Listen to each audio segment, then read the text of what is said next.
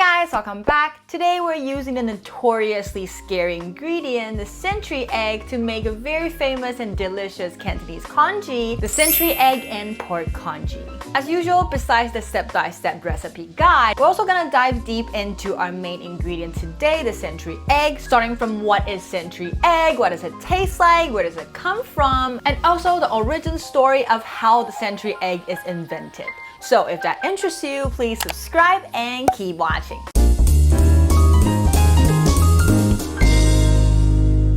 Hi friends, this is Erica right here. I'm a Taiwanese citizen currently living in America. Cooking and traveling are my passions, so I'm here to share with you my favorite Asian recipes.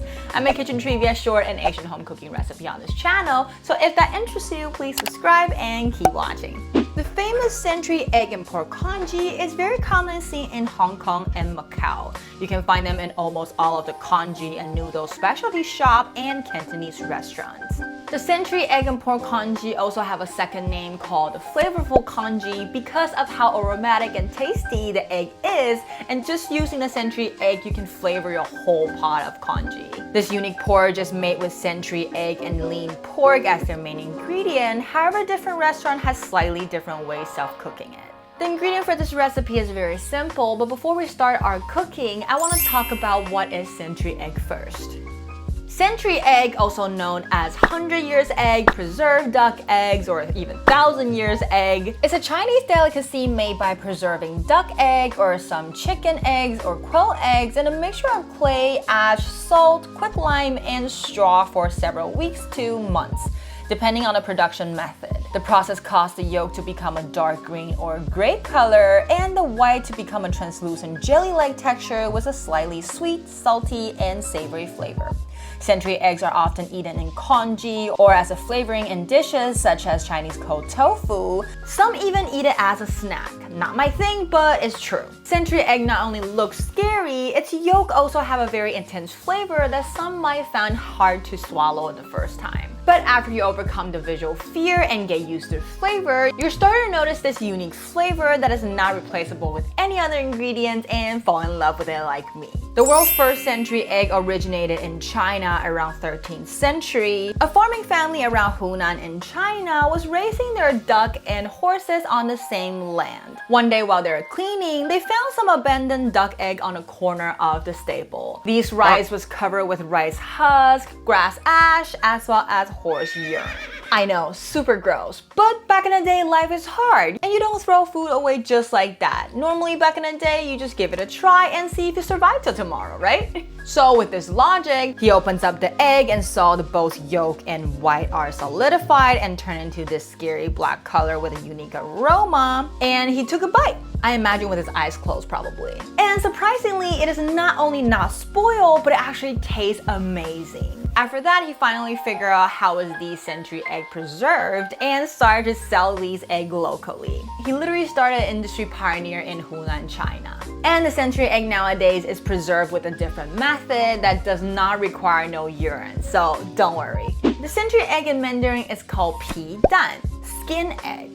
So why is it called century egg in the US? While foreigners first started to visit China and saw our pi dan, they have no idea what turns this egg black. So they think it must be a matter of time. That's why the name is century egg, because they think it takes a century to make this egg. But the truth is, century eggs only takes around a few weeks to months to preserve. It will never take you longer than a year, not to mention a century. I bet you can figure it out just by looking at the price. It's not that expensive. Some of these foreigners gave it a try and cannot bear the fear and its unique flavor, so they gave the century egg other nicknames such as devil's nuts and eggs from hell. As century egg become more and more well known in the West, I never heard people speaking of this anymore. You're more likely to see on the packaging that is either called a century egg or preserved duck egg.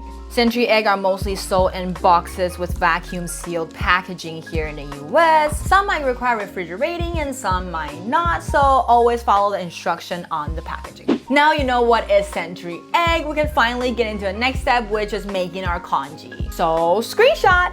Here's what ingredient we'll need for today's century egg and pork congee.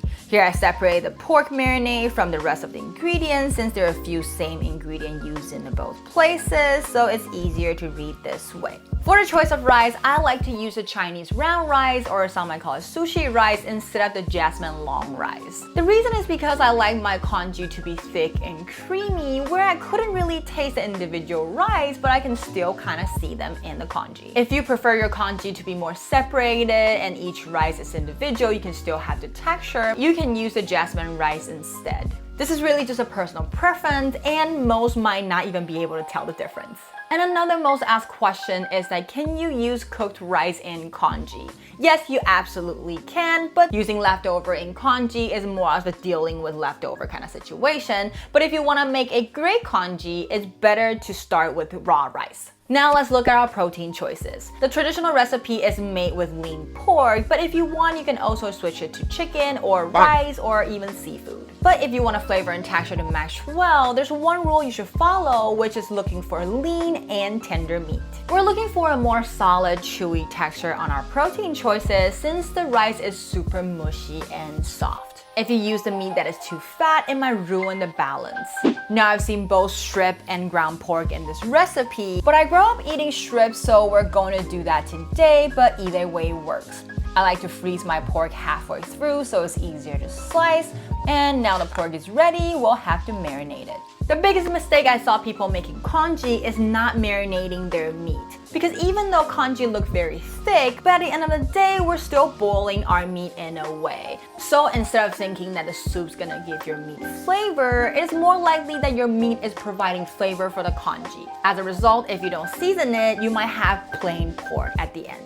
Here we just simply use salt and pepper for seasoning and a little bit of rice wine to get rid of the pork gaminess. Seal up the juice with some starch, and once it all dries up, drizzle some sesame oil to prevent them from sticking together. Using sesame oil here can also add extra aroma to your congee. Now when it's done, we'll let it marinate for 5 minutes while we deal with our century egg. All century eggs are preserved to 100% and can be eaten raw. But if it's your first time trying century egg, my recommendation is to cook it with porridge because the intense flavor of the yolk can be very well balanced with the congee. You can peel it just like how you normally peel your hard-boiled egg. The egg white, or should I say black, is just more bouncy and elastic than regular boiled egg. Cutting the century egg might be tricky sometimes since the yolk is super gooey. It's kind of like those Japanese hot spring egg but thicker. So it is best if you layer your knife with some cooking oil before cutting. Now this is not saying that it won't stick at all, but it's definitely easier to wipe off. Today I'm using 3 century eggs, but you can also get away with 2, and each one have its own purpose. We're keeping 1 egg in whole, you'll see soon for what. I like to keep the ugly one for that. Slice the second one into 6 to keep for decoration, and the last one we'll dice them into small pieces to cook in our porridge. If you only want 2 eggs, you can skip the decoration part. Next step, get 200 grams of thoroughly washed white rice and toss in your whole egg. Now this is the crucial part of making the so-called flavorful congee. We're going to mince up the egg and mix it real well with our rice. Doing this can 1, get the full flavor of the egg from the cooked rice itself. 2, it can also mild down the century egg intense flavor. And 3, the fat in the century egg is like oil in rice. It will not only help preserve them from sticking together or on the bottom of the pot, but also help break out the rice oil better. Now finally, we know all of our ingredients, let's start cooking.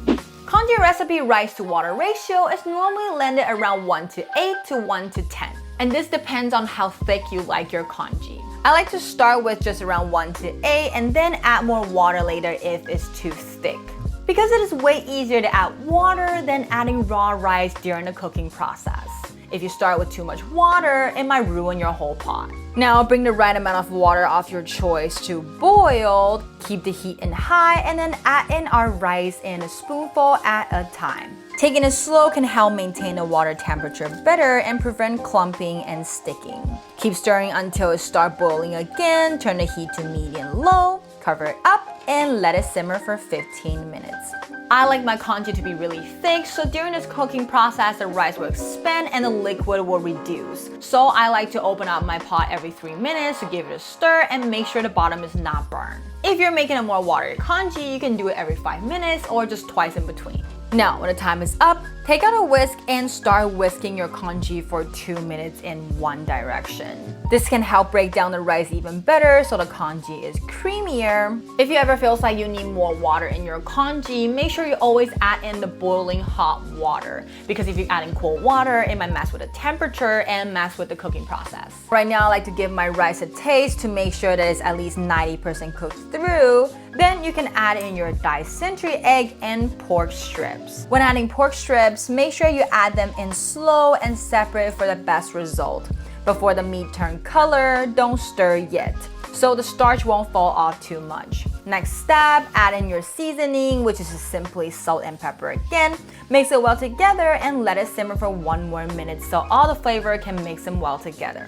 When the time's up, add in your last ingredient, ginger slices as desired, and done! Decorate with your egg and sprinkle some scallion on top. The Tawny-style century egg and pork congee is ready. I don't know if you can see through the camera, but the congee is a bit light green in color instead of white. The minced century egg make the flavors super well combined, and the soup is thick and creamy, while the pork is also flavorful. I like to eat century egg and pork congee on a chilly weekend breakfast because it not only warms me up, but it can also help kickstart my day. Give it a shot! Now before you go, let's learn how to say century egg in Mandarin Chinese. 皮蛋 Century egg. 皮蛋 Thank you for cooking with me to the end. Let me know if you like this recipe by giving this video a thumbs up. It's only gonna take you a second, but it means a lot to me.